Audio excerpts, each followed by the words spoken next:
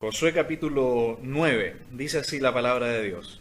Cuando oyeron estas cosas, todos los reyes que estaban a este lado del Jordán, así en las montañas como en los llanos y en toda la costa del mar grande delante del Líbano, los heteos, amorreos, cananeos, fereceos, heveos y jebuseos, se concertaron para pelear contra Josué e Israel.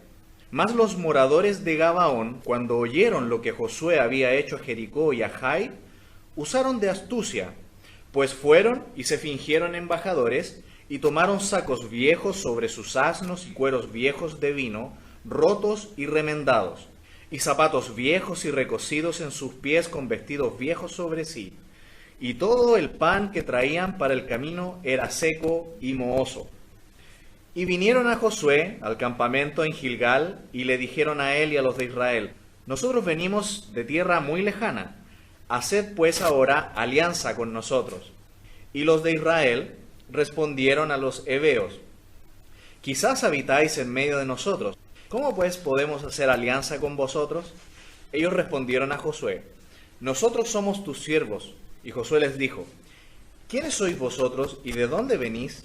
Y ellos respondieron: tus siervos han venido de tierra muy lejana, por causa del nombre de Jehová tu Dios, porque hemos oído su fama, y todo lo que hizo en Egipto, y todo lo que hizo a los reyes de los amorreos que estaban al otro lado del Jordán, a Sehón, rey de Hesbón, a Og, rey de Basán, que estaba en Astarot.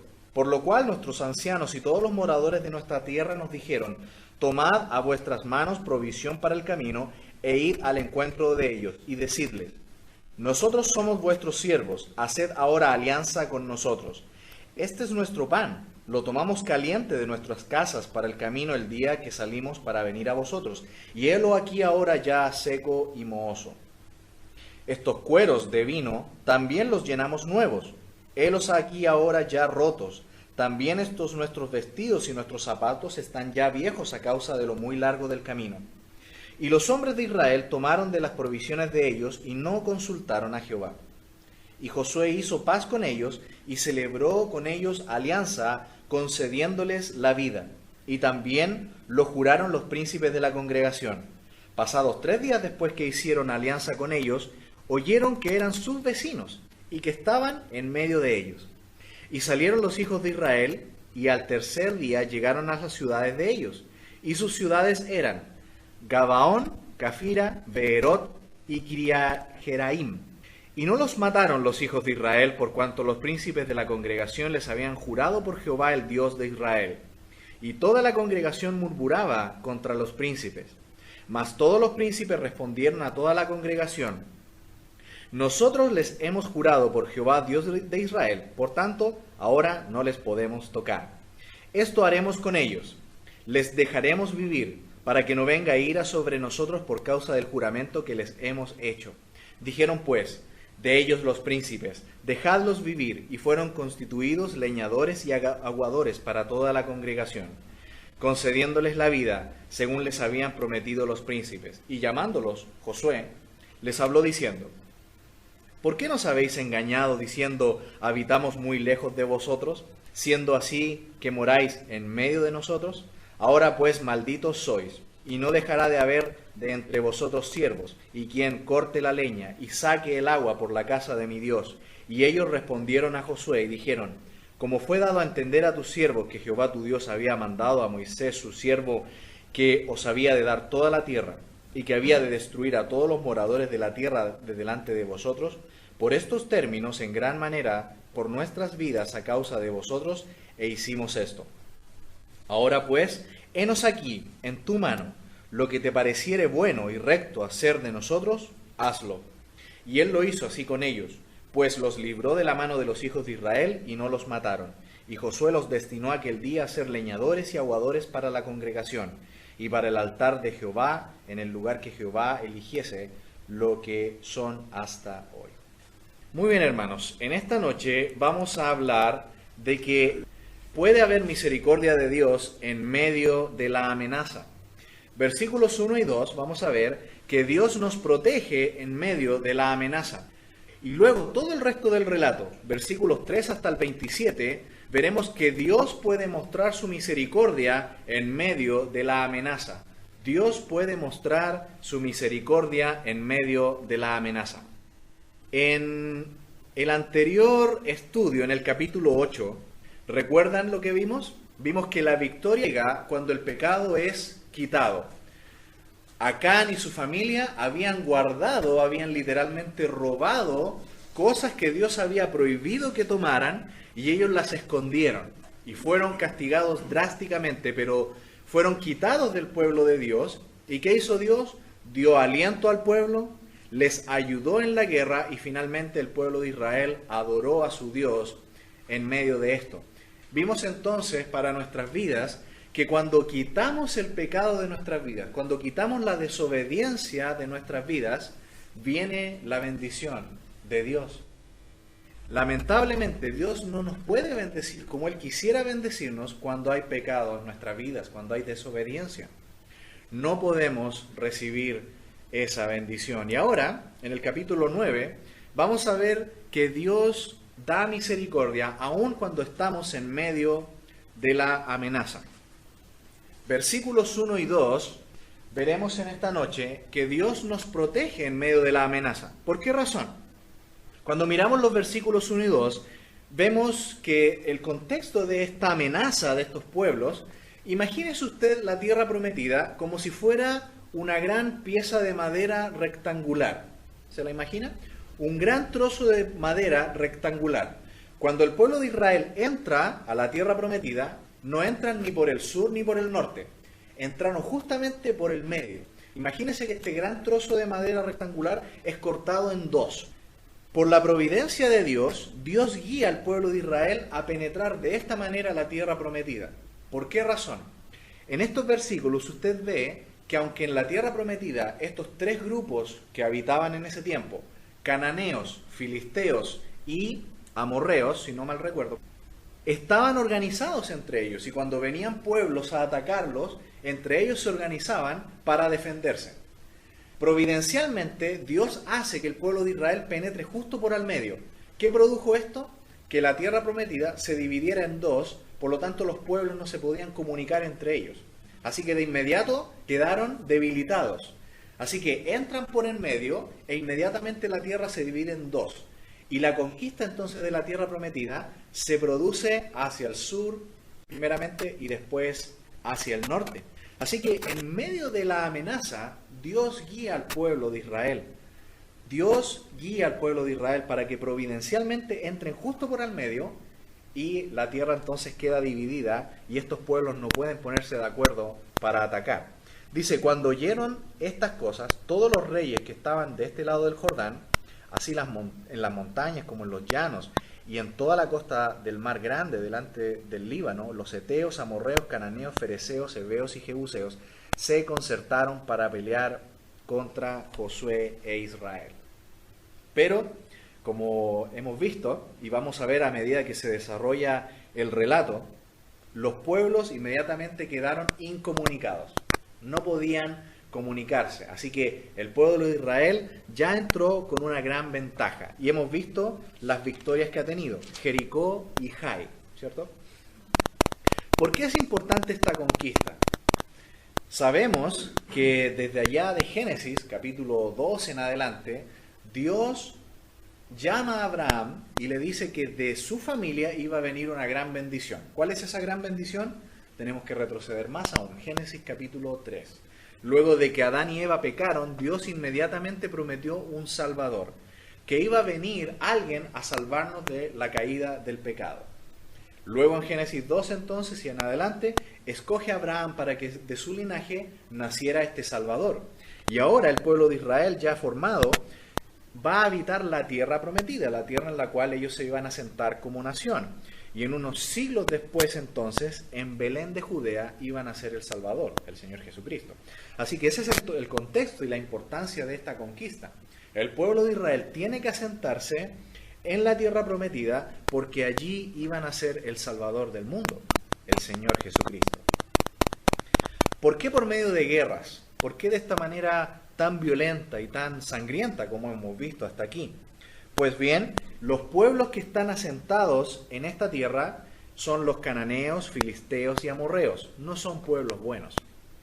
llevan siglos teniendo una vida totalmente idólatra e inmoral. Hemos leído en el contexto que estos pueblos practicaban todo tipo de inmoralidad, eran idólatras y practicaban sacrificios humanos. Por lo menos 5 siglos de historia tienen, y Dios ha tenido misericordia con ellos. Les ha dado tiempo para que se arrepientan, pero ahora ya llegó el tiempo del juicio. Y Dios está usando a su pueblo, Israel, para quitarlos de la tierra y asentarse ellos. ¿Recuerdan ustedes Sodoma y Gomorra? Tuvieron siglos para arrepentirse, pero por siglos también ellos pecaron, y llegó el momento en que Dios castigó esas ciudades y las destruyó con fuego y azufre. Vimos también en Romanos capítulo 1 que por siglos Dios ha tolerado, ha tenido paciencia con el pecado del hombre, y dice que esta pecaminosidad es digna de castigo, no solamente digna de castigo, es digna de muerte. Así que cuando vemos que esta conquista no es amable, sino que es una conquista de guerra y bastante fuerte, entendemos que Dios está usando al pueblo de Israel para castigar literalmente a estos pueblos paganos e inmorales y que practican incluso sacrificios humanos. Vimos, por ejemplo, en Deuteronomio, donde Dios le dice que habían pueblos que sacrificaban incluso bebés al dios Moloc. Los ponían en el fuego y los quemaban. Hacían cosas horribles. Bueno, así eran los pueblos que habitaban la tierra prometida, y Dios ordena entonces al pueblo de Israel que los saquen para que ahora ellos tomen la tierra, la cual había sido prometida y destinada para el pueblo de Israel. Así que en primer lugar, versículos 1 y 2, Dios protege a su pueblo en medio de la amenaza. Bueno, si lo aplicamos a nuestra vida, podemos ver que esto también es posible. Podemos estar quizás en medio de problemas, en medio de situaciones difíciles, y qué interesante cómo Dios nos libra de situaciones difíciles. Nos protege en medio de accidentes, nos ha cuidado en medio de situaciones difíciles. La mano de Dios ha estado allí para protegernos. ¿Cuántas veces quizás Dios nos ha protegido incluso de la muerte? Su mano de misericordia ha estado ahí, providencialmente. Hemos sido salvados de cuántas cosas. La mano del Señor protege a sus hijos. Versículos ahora 3 al 27, vamos a ver que Dios puede mostrar su misericordia ahora en medio de la amenaza. Leímos en este relato que un pueblo llamado los Gabaonitas dijeron: nos va a ir mal, nos va a ir mal. El Dios de este pueblo, Israel, es muy poderoso. Los liberó de Egipto. La gente conocía esta historia. Habían pasado solo 40 años. Era poco tiempo. La historia del Mar Rojo abierto y cerrándose, matando a todo el ejército egipcio, era conocida. La historia también de la tierra tragándose a estas personas que habían pecado ahí en el desierto, fabricando este becerro de oro, también era conocida. La historia de Jericó, que era muy reciente también, donde el pueblo de Israel caminó 6 días, y al 7º cayeron los muros, también era conocida. Así que la fama del Dios de Israel, que era poderoso para destruir a estos pueblos y usar y darle éxito al ejército de Israel, era conocido. Así que los Gabaonitas dijeron: mejor vamos, hagámonos pasar que somos de un pueblo lejano para que nuestra vida sea preservada. Literalmente, estos Gabaonitas usaron de astucia, mintieron para que sus vidas puedan ser preservadas. Es decir, fue un acto de supervivencia lo que hicieron. Mintieron, se hicieron pasar por otra cosa, se disfrazaron y se metieron y fueron parte del pueblo de Israel y sus vidas fueron perdonadas. ¿Recuerda dónde escuchamos también que alguien se disfrazó y fue astuto? Génesis 3. La serpiente, Satanás, era una astuta serpiente que Satanás tomó a este animal y habló por medio de él, mintiendo también. Bueno, estos Gabaonitas, usando de astucia, se disfrazaron de hombres que venían de muy lejos y que llegaron para entrar al pueblo de Israel y que no fueran muertos. Ellos sabían que el Dios de Israel era poderoso y que el fin de ellos era la muerte. Acompáñeme, por favor, sin perder Josué capítulo 9, a Éxodo capítulo 12. Éxodo capítulo 12.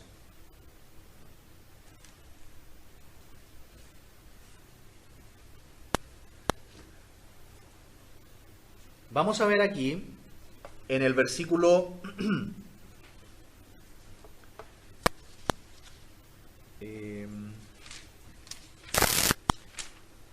12,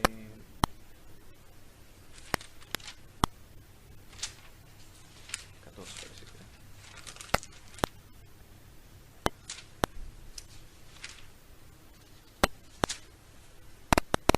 Parece que era 11, sí, 11:43.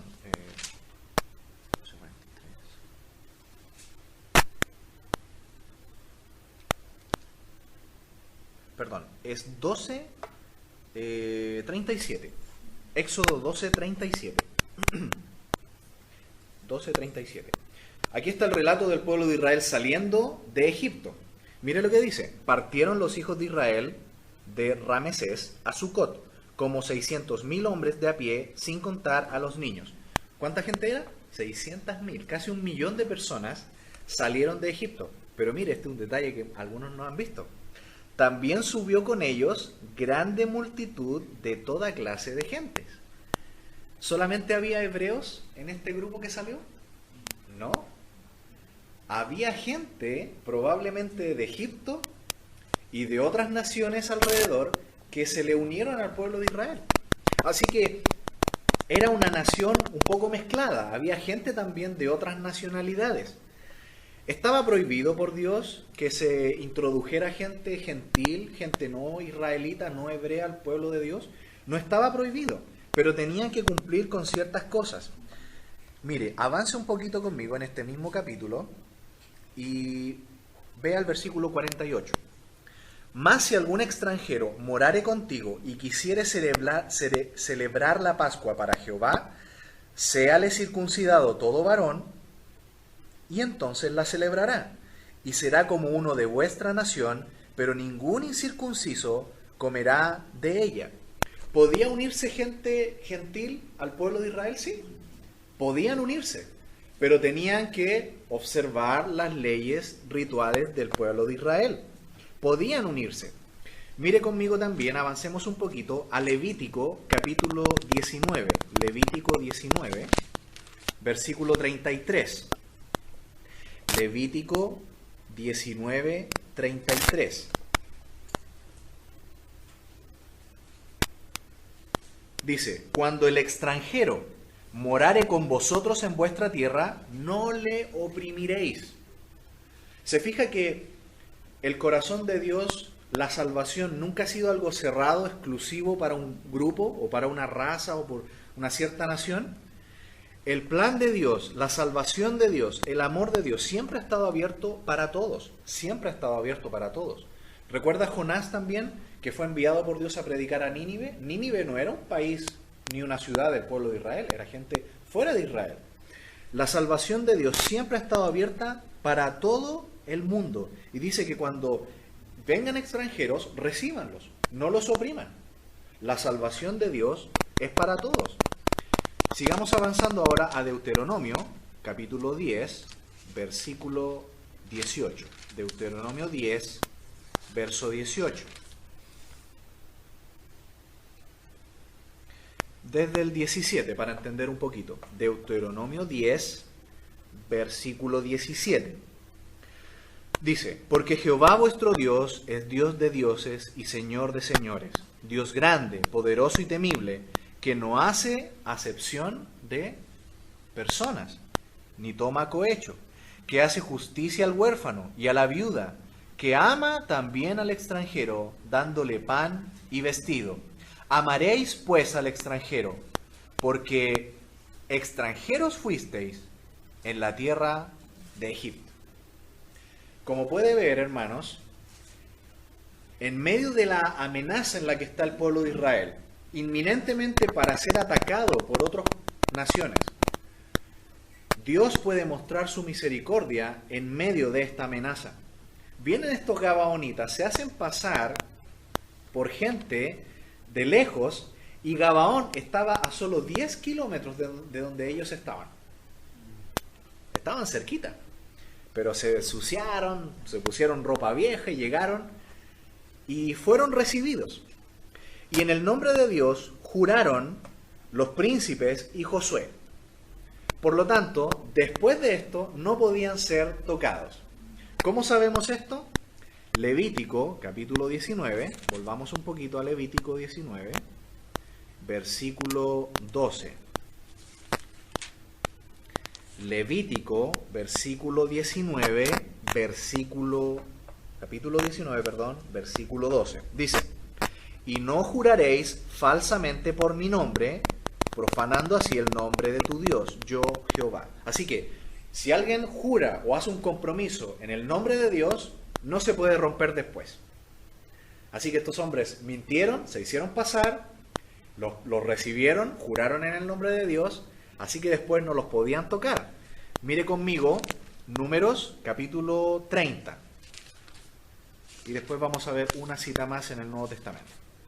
Números capítulo 30, versículo 2. Números 30, versículo 2. Dice así: cuando alguno hiciere voto a Jehová o hiciere juramento, ligando su alma con obligación, no quebrantará su palabra, hará conforme a todo lo que salió de su boca. Así que los gabaonitas tenían que ser recibidos, tenían que ser perdonados cuando después se descubrió que habían mentido.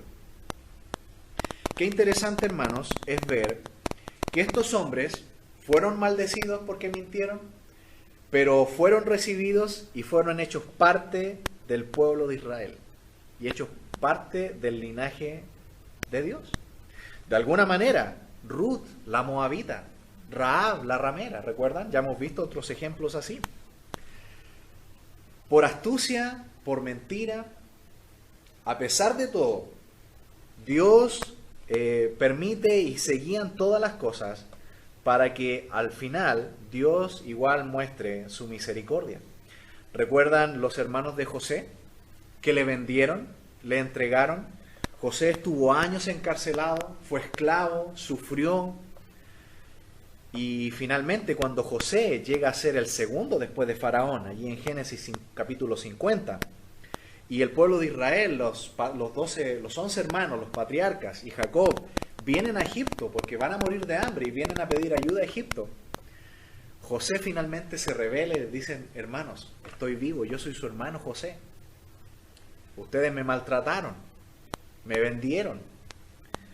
Pero Dios, ¿qué dice Génesis 50:20? Pero Dios encaminó todo a bien y ahora yo voy a ser usado por Dios para dar vida a todo nuestro pueblo. Dios no acepta la mentira, Dios no acepta el maltrato, pero a pesar de todos estos pecados, Dios en su gracia puede encaminar todas las cosas para que finalmente, de igual modo, Dios sea glorificado. Cuando miramos la cruz de nuestro Señor Jesucristo, nosotros decimos: eso fue una injusticia. El Señor Jesucristo era santo, puro, el Cordero de Dios, sin mancha, pero fue muerto y clavado en la cruz. Fue una injusticia, pero Dios encaminó esto a bien, porque ese sacrificio hace posible que nosotros en el día de hoy podamos ser perdonados y salvados y ser hechos hijos de Dios. Para terminar, hermanos, en esta noche, vámonos a Efesios capítulo 2 para ver cómo se aplica esta historia de manera muy especial a nuestras vidas.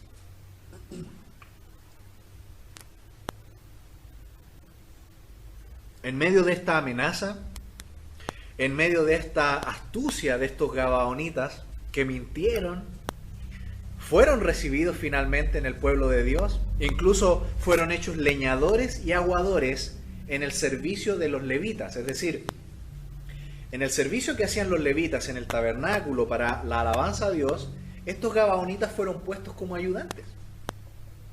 Mire lo que dice Efesios capítulo 2, verso 11.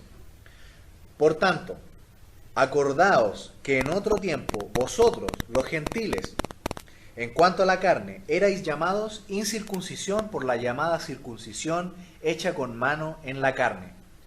En aquel tiempo, estabais sin Cristo, alejados de la ciudadanía de Israel, ajenos a los pactos de la promesa, sin esperanza y sin Dios en el mundo.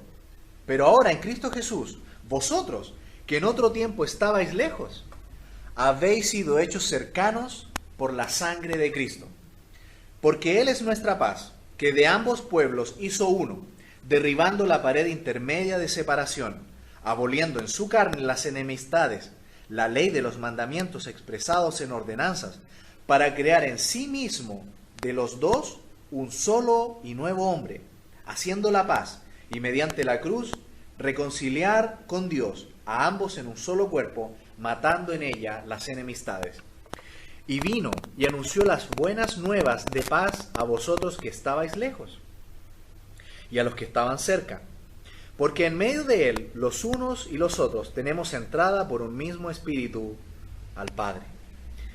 Así que ya no sois extranjeros ni advenedizos, sino conciudadanos de los santos y miembros de la familia de Dios, edificados sobre el fundamento de los apóstoles y profetas, siendo la principal piedra del ángulo Jesucristo mismo, en quien todo el edificio bien coordinado va creciendo para ser un templo santo en el Señor, en quien vosotros también sois juntamente edificados para morada de Dios en el Espíritu.